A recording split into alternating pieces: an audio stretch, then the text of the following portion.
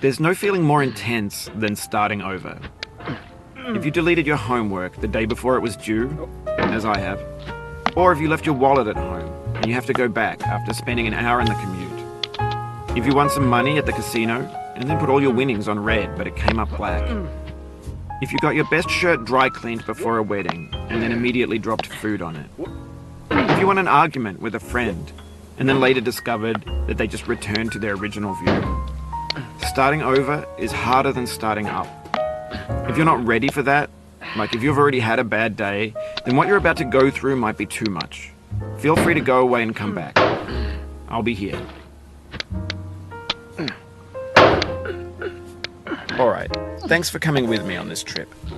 I'll understand if you have to take a break at any point. Just find a safe place to stop and quit the game. And don't worry, I'll save your progress, always, even your mistakes. This game is a homage to a free game that came out in 2002, titled Sexy Hiking. The author of that game was Jazuo, a mysterious Czech designer who was known at the time as the father of B games. And B games are rough assemblages of found objects. Designers slap them together very quickly and freely, and they're often too rough and unfriendly to gain much of a following. They're built more for the joy of building them than as polished products.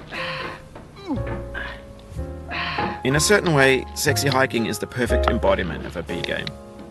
It's built almost entirely out of found and recycled parts, and it's one of the most unusual and unfriendly games of its time.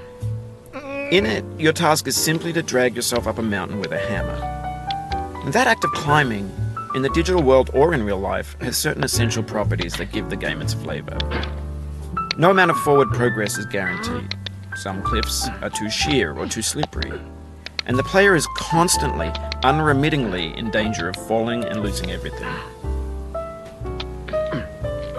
Anyway, when you start Sexy Hiking, you're standing next to this dead tree that blocks the way to the entire rest of the game. It might take you an hour to get over that tree, and a lot of people never got past it. You prod and you poke at it, exploring the limits of your reach and your strength, trying to find a way up and over. And there's a sense of truth in that lack of compromise. Most obstacles in video game worlds are fake. You can be completely confident in your ability to get through them once you have the correct method or the correct equipment just by spending enough time. In that sense, every pixelated obstacle in Sexy Hiking is real.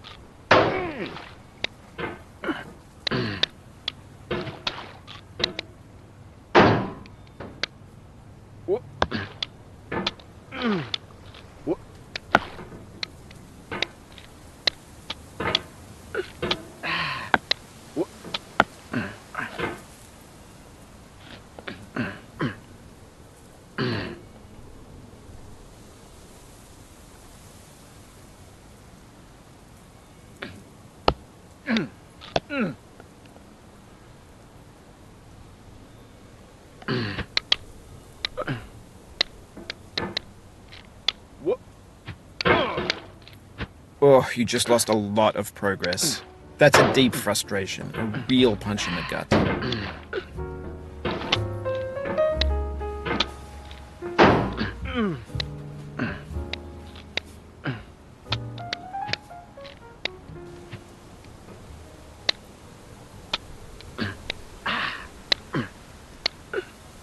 The obstacles in sexy hiking are unyielding, and that makes the game uniquely frustrating.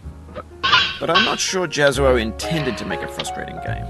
The frustration is just essential to the act of climbing, and it's authentic to the process of building a game about climbing. A funny thing happened to me as I was building this mountain. I'd have an idea for a new obstacle, and I'd build it, test it, and it would usually turn out to be unreasonably hard. But I couldn't bring myself to make it easier. It already felt like my inability to get past the new obstacle was my fault as a player rather than as a builder.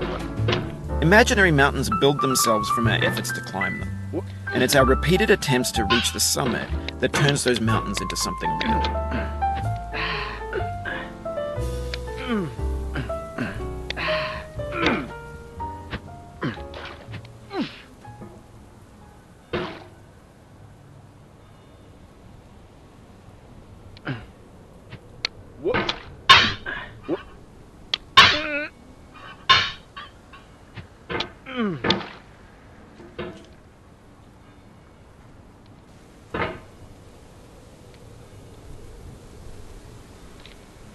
When you're building a video game world, you're building with ideas.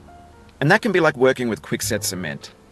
You mold your ideas into a certain shape that can be played with, and in the process of playing with them, they begin to harden and set until they're immutable, like rock.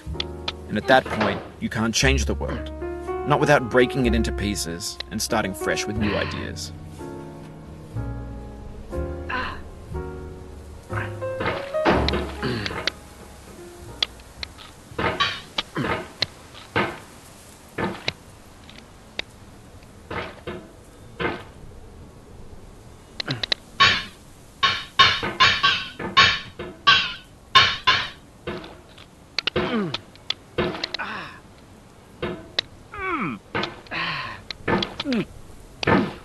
Oof, sorry about that.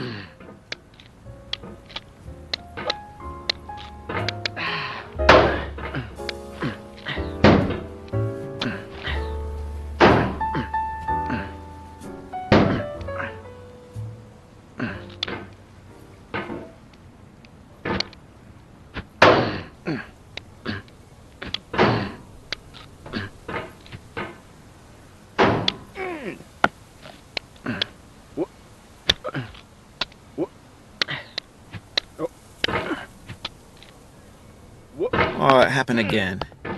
Keep on trying, don't let it get to you.